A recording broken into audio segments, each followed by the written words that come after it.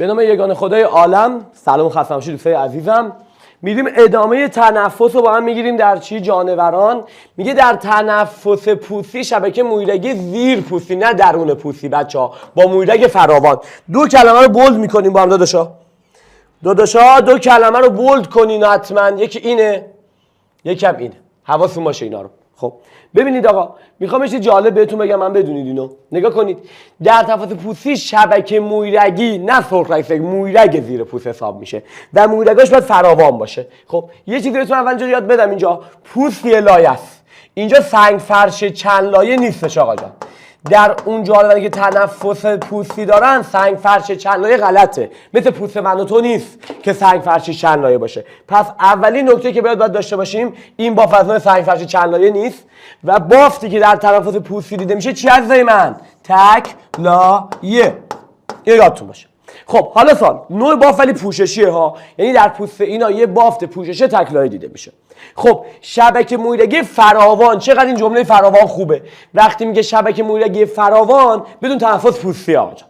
خب میگه سطح پوست مبادله میشه، سطح پوست حتما باید مرطوب باشه وگرنه گازا چی؟ تنفس مبادله نمیشه. یکی مرطوب نباشه O2 CO2 مبادله نمیشه. کرم خاکی که جزء بیمهرگان تنفس پوستی داره.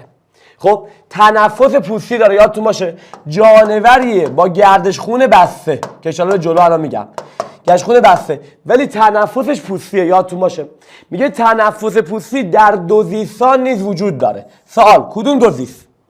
دوزیست نابالغ یا بالغ؟ دوزیستان شما بشری قورباغه وزغ چه نابالغ باشن چه بالغ باشن تنفس پوستی رو دارن. یعنی در هر دو تا دوزیستان نابالغ و بالغ بچه‌ها تنفس پوستی حتما دیده میشه. حالا گوش کن. یکی پرسید طالبی، گفتم جان دلم، گفت تو نابالغ من شنیدم آبشوش هم دارن اونم تنفس میکنه. میگم راست میگی هم آبشوش نقش داره هم پوستی بچه‌ها. در دوزیستان نابالغ هم آبشوش هم تنفس پوستی نقش داره. در دوزیست بالغ چی نقش داره عزیزای من؟ شش. دوزیست بالغ شش داره به اضافه تنفس پوستی. دقت بفرمایید عزیزای من. خب حالا سوال، پس در این دوتا عزیزای من دقت بفرمایید هم چی نقش داره؟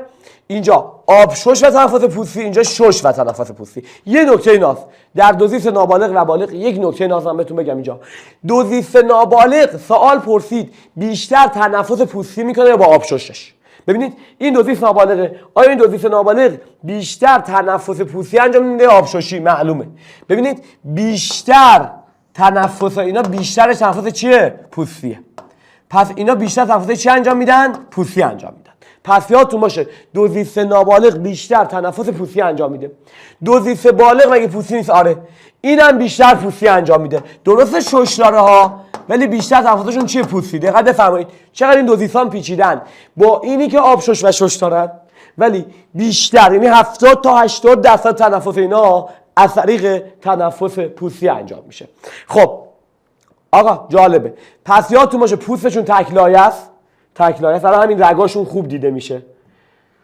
مویای خونی فراوان دارن و یک نکته جالب میگه در کرم خاکی و دوزیست با گردش خون بسته دیده میشه. یعنی چی؟ تنفس پوستی هم تو بیمهرگانه هم تو مهره‌دارانه.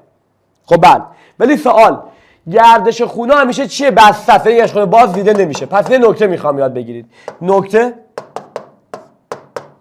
ببین بچه‌ها، تنفس پوستی تو چی انجام میشه؟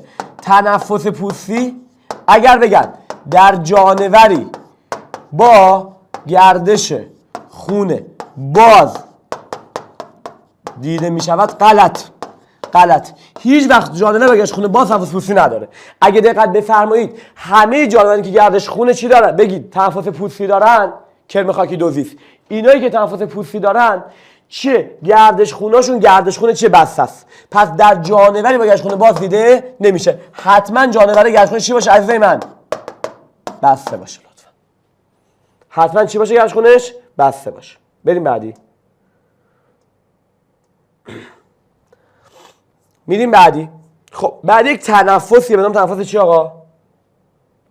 آبشوشی. گوش کن. خب میریم سر وقت تنفس به نام تنفس چی؟ آبشوشی. گوش کن. تنفس آبشوشی میگه ساده ترین آبشوش برجستگی‌های کوچک و پراکنده، نه یک نواخت پوستی هستن. دقت بفرمایید اینجا میشن برجستگی‌های چی آقا جان؟ میشن برجستگی‌های چی؟ کوچک و پراکنده، نه یک نواخت. دو واژه مهم، اینا دو واژه رو بولد میکنید. ببینید این برجستگی‌ها کوچک و پراکنده، یعنی همه جا دیده نمیشن. خب نگه یک نواخت تو تستا، اگر تو تست نوشی یک نواخت خطش میزنیم ما، یک نواخت نره. مانند آبشوش‌های ستاره دریایی، ستاره دریایی که مشاهده میکنید در سر بیمارگان، آبشوش‌ها به نواحی خاصی محدود میشوند، یادتون باشه. پس تو بیمهرگان دیگه هم دیده میشه آبشوش. آبشوش اگه بگم فقط ستاره دریایی غلط. ببینید میگه در چی؟ میگه در سایر بیمهرگان، یعنی بیمهره‌های دیگه هم هستن که آبشوش داشته باشن که حالا به نواحی خاصی محدود میشه. خب آقا اینجا این چیه؟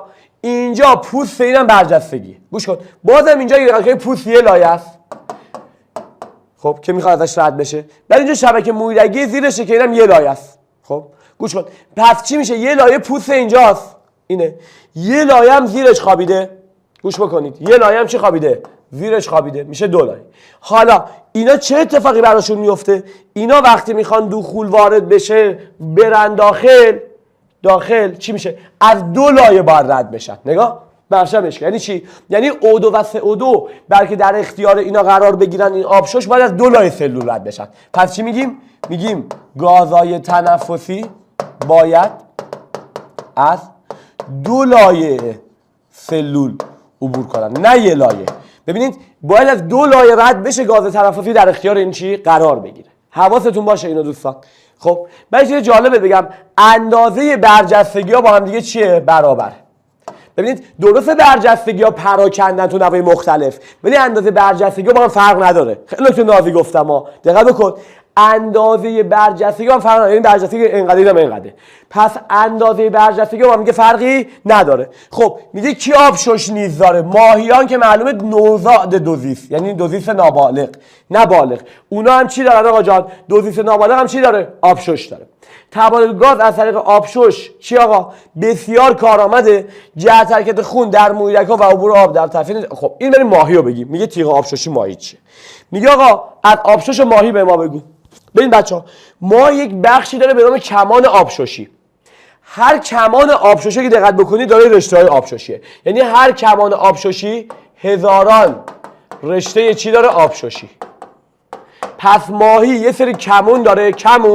این کمونه هر کدوم 1000 تا رشته داره. باز این رشته های آبشوشی خودشون هر رشته یه عالمه تیغه آبشوشی داره. یعنی چی؟ یعنی هر رشته آبشوشی هزاران چی داره؟ مثلا ببینیم صدها چی داره؟ تیغه آبشوشی داره. حالا صدها قشنگ‌تره، یا صدها تیغه آبشوشی داره مثلا. خب پس ببینید یعنی هر رشته خودش از چی تشکیل شده؟ از تیغه آبشوشی. دقت بفرمایید. خب میگه ببین آقا، اگر بگید چی آقا؟ میگه عبور آب. یه جمله خیلی معروف ما داریم. ببینید این جهت جریان آبه، این آب بازی مونه، این آبه. خب اینم جهت حرکت خون تو مویرگا. این جهت خون مویرگا عکس همن، چون مواد راحت‌تر معادل بشن. پس یه نکته خوشگل ما چه میگیریم؟ نتیجه ما اینه، میگه عبور آب در طرفین تیغ‌های آبشوشی برخلاف یکدیگر است. خب گوش کنید، میگه جهت حرکت خون و آب عکس همن. دقت کن، بنفشه من با سبزا یه نشه میگیری. چرا؟ مبادله گازا بهتر و راحت‌تر میشه. اگر این نکته رو اینجوری بفهمن چیه؟ نگاه کن، میگه جهت حرکت خون تو ماهی، جهت حرکت خون در ماهی و حرکت آب باید بگه خلاف هم. جهت حرکت خون و آب میگه چی آقا؟ در طرفین رشته های آبشوشی خلاف یکدیگر است. خلاف یکدیگر است. جمله قشنگی رو دادیم بیرون ولی میشه غلط. دقت بفرمایید، چشا اینجا، دلا اینجا. نگاه کن منو. مگه خون و آب آره خلاف هم نیستن؟ چرا؟ در طرفین رشته آبشوشی من با تو مشکل دارم. خدا لعنتت کنه. گفته تیغه آبشوشی. ببینید جهت تو رشته ها که اصلا اینجوری نیستن، که اصلا رشته اینجوری آب میاد، اینجوری عمود میاد، اصلا ربطی به اینا نداره. پس ببینید اگر به جای واژه تیغه آبشوشی اینجا، پاش کتاب چی بنویسه اینجا؟ بگه رشته آبشوشی، یا بنویسه چی؟ کمان آبشوشی، جمله غلطه. یعنی طراح حق نداره اینجا این تیغه رو برداره مثل رشته آبشوشی کمان آبشوشی. پس دو واژه رشته های آبشوشی یا کمان آبشوشی جمله رو چیکار میکنن آقا؟ کاملا چیکار میکنن؟ اینا رو غلط میکنن. بریم بعد. خب این تا اینجا کار. اینم آقا جان چیه اینجا؟ اینم رگای خونیشه. پس ببینید شبکه مویرگی تو تیغه ها دیده میشه. خب و اینا رشته آبشوشی. این رشته های آبشوشی با سرخرگ سیارک در تماسه. خب یک رشته آبشوشی با سرخرگ سیارک با رگ‌ها در تماسه. خب می‌بینیم تنفس چی رو بررسی می‌کنیم؟ شوشی رو. میدید که میگه حلزون از بیمارگان سوال کنکور که شش هم داره. ببینید بچه‌ها از بیمارگان خشکیزیه که تنفس شش داره. پس یه چیزی نشه میگیریم حلزون یا لیسه نرم تنان اینا چی دارن آقا؟ اینا شش دارن.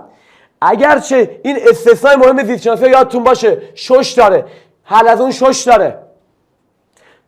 می‌فهمید؟ تازه حلزون کلیه هم داره. فردا میگم نگاش نکن حلزونه، میگه من شش دارم، من کلیه دارم، من حلزون شش دارم، کلیه دارم. در مهره داران که دیده میشه کدوم مهره بهتر از من میدونید؟ کدوما دارن ششو؟ دوزیستان چی؟ بالغ،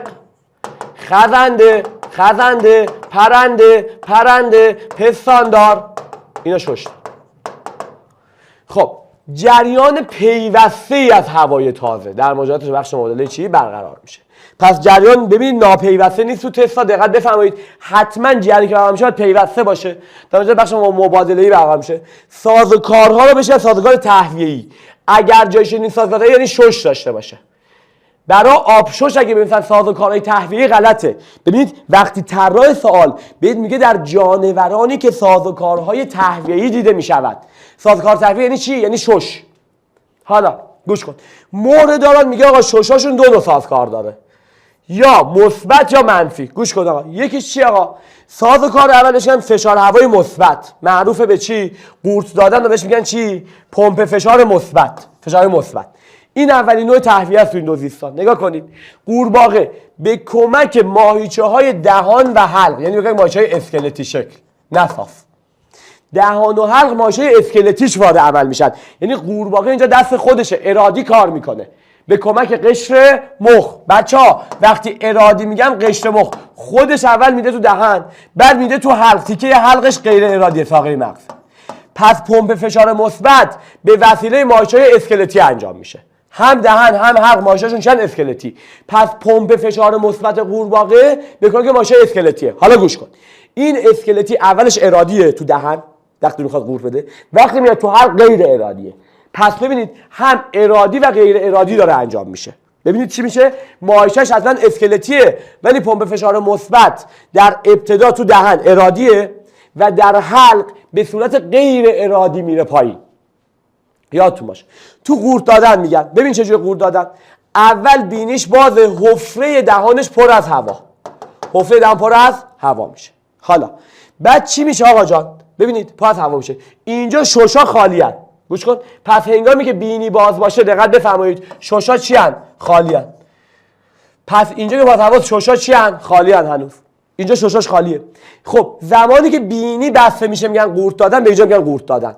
خب اینجا میگن آقا قورت داد. یعنی چی؟ یعنی بینی بسته است، حفره دهانی خالی میشه، ششا پر از هوا. پس ببینید ما اینجوری میگیم زمانی که بینی باز باشه ششا خالی ان، زمانی که بینیش بسته میشه ششا پر از هوا میشن. دقت بفرمایید اینجا اومده چیکار کرده؟ بینی بسته شده، این خالیه. ششا الان پر از هوا، شش پر از هواست. خیلی خوب. این از این.